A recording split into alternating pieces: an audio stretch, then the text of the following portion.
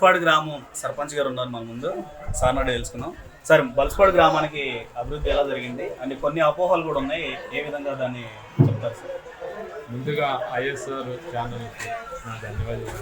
ఈరోజు అభివృద్ధి జగన్మోహన్ రెడ్డి గారు, జగన్మోహన్ రెడ్డి గారు సీఎం గారు ఆ పార్టీ ఈ పార్టీ కులం మతం లేకుండా అందరికీ సమన్వయం చేసుకుంటూ ఈరోజు ముందుకు వెళ్తున్నారు. ఈరోజు ఓటు హక్కు అడగడానికి కూడా ఇప్పుడు పరిపాలన చేసే సీఎం గారికి తప్ప ఇంకొక పార్టీకి లేదు. వాళ్ళకే హక్కు ఉంది ఇప్పుడు ఓటు హక్కు అడగడానికి. ఎందుకంటే పార్టీలు లేకుండా, కులాలు లేకుండా, మతాలు లేకుండా అన్ని అభివృద్ధి చేసుకుంటూ వెళ్తున్నారు. ప్రతి ఒక్కొక్క కుటుంబానికి లక్షల్లో లబ్ధి పొంది ఉన్నారు. ఒక్కొక్క కుటుంబం మేము గడప గడపకి తిరుగుతుంటే మా వాలంటీర్స్ చెప్తుంటే ఒక్కొక్క కుటుంబానికి 4 లక్షలు, 5 లక్షలు, 3 లక్షలు ఆ విధంగా చెప్తుంటే మాకే మేము స్టన్ అయిపోయాం. మేము ఆ విధంగా కుటుంబానికి అభివృద్ధి చేసుకుంటూ వెళ్తున్నారు. సంక్షేమం అభివృద్ధి ఇప్పుడు ఇప్పుడు మాకు విలేజ్ల్లోని సచివాలయాలు కడుతున్నారు. మాకు నాడు నేడు స్కూల్ డెవలప్మెంట్ ఉంది.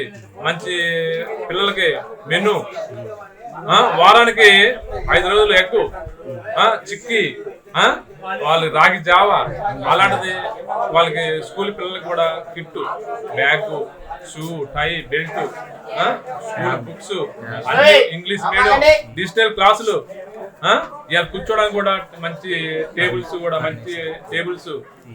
వాటి అభివృద్ధి ఏనాడు కూడా ఇవాళ ప్రైవేట్ స్కూల్ కన్నా గవర్నమెంట్ స్కూల్ బాగుందని చెప్పింది. గవర్నమెంట్ స్కూల్కి స్ట్రెంత్ పెరిగింది. ఇప్పుడు బాగా అంత ప్రైవేట్ స్కూల్ మానేసి గవర్నమెంట్ స్కూల్ కూడా పంపిస్తున్నారు అందరూ కూడా. కొంతమంది గ్రామంలో మా సర్పంచ్ గారు మాకు ఉన్న సమస్యలు పట్టించుకోవట్లేదని కూడా వాపోతున్నారు. దీనికి సంబంధించి ఏం చెప్తారు? నేను ఏ చిన్న సమస్య వచ్చినా నాకు ఫోన్ చేసిన ఏమంటే నేను ప్రతి కుటుంబం దగ్గరికి వెళ్ళిపోతా. ఏ సమస్య వచ్చి నాకు ఎవరైతే చెప్పారో ఆ సమస్య వాళ్ళ కుటుంబం దగ్గరికి వెళ్ళి పరిష్కరించి, ఏ పంచాయతీ వచ్చినా పంచాయతీ కూడా చేయాలన్నా కూడా దాన్ని అందరి ముందు వాళ్ళు వచ్చిన దానికన్నా ముందు ఇక్కడ ఉండి వాళ్ళు వచ్చిన సమస్యలు పరిష్కరించి సాల్వ్ చేసి, నాకు ఆ పార్టీ ఈ పార్టీ లేదు, మా పార్టీ వాడు తప్పు చేసినా కూడా మా పార్టీ వాడు తప్పు అని చెప్పి ఖండించే దమ్ము ధైర్యం నాకు ఉన్నది. అవతల పార్టీ వాడు అని యువతల పార్టీ అని కాదు, నాకు ఆ టైంలో పార్టీ చూడను. నేను సర్పంచ్ కాబట్టి ఇద్దరికి న్యాయంగానే నేను మాట్లాడతాను. సర్పంచ్ నన్ను ఎన్నుకున్నారు, నేను న్యాయంగానే మాట్లాడతాను. మా వాళ్ళు అంటుంటారు మా పార్టీ తరఫున మాట్లాడరు అని చెప్పేసి మా వాళ్ళు అంటుంటారు. కానీ అది సిచ్యువేషన్ నాకు నచ్చింది.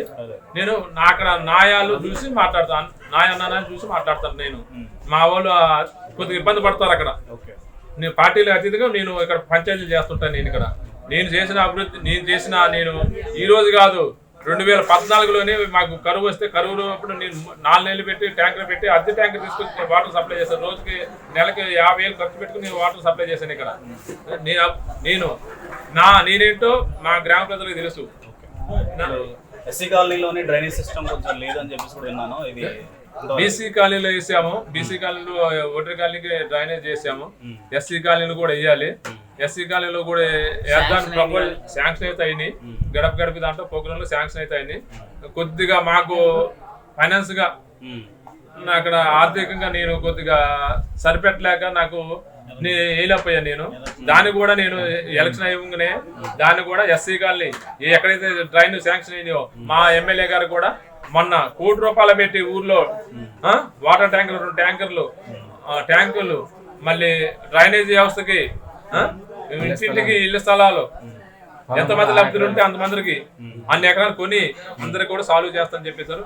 మాకు దగ్గర మొన్న ఎమ్మెల్యే గారు కూడా చెప్పారు మాకు, రేపు మనం గెలవగానే ఇవన్నీ సంక్షేమంగా అన్ని కూడా నేను మీకు హామీ ఇస్తున్నాను, మీకు పెండింగ్ వర్క్స్ అన్ని క్లియర్ చేస్తానని చెప్పేసి అన్నారు. దగ్గర మాకు 3 కోట్లు పెట్టి మాకు ఇక్కడ అభివృద్ధి చేస్తానని చెప్పేసి మాట ఇచ్చారు. అది మేము కట్టుబడి ఉన్నాం. రేపు జరగబోయే దాంట్లో కూడా సీఎం గారు కూడా అక్కడ మాకు ప్రమాణ స్వీకారం చేయగానే మా ఎమ్మెల్యే గారు మినిస్టర్ గారు ప్రమాణ చేయగానే మీకు 5 మాసాల్లో మీ అభివృద్ధి నేను చూపిస్తాను ఆ మాట ఇచ్చారు. మాకు ఆయన మాట మేము వింటాము, నమ్ముతాం. మేము ఈరోజు బల్స్పాడు గ్రామంలో ప్రజలు మరి వైఎస్ఆర్సీపీకి అనుకూలంగా ఉన్నారా అందరూ, లేదంటే వ్యతిరేకత?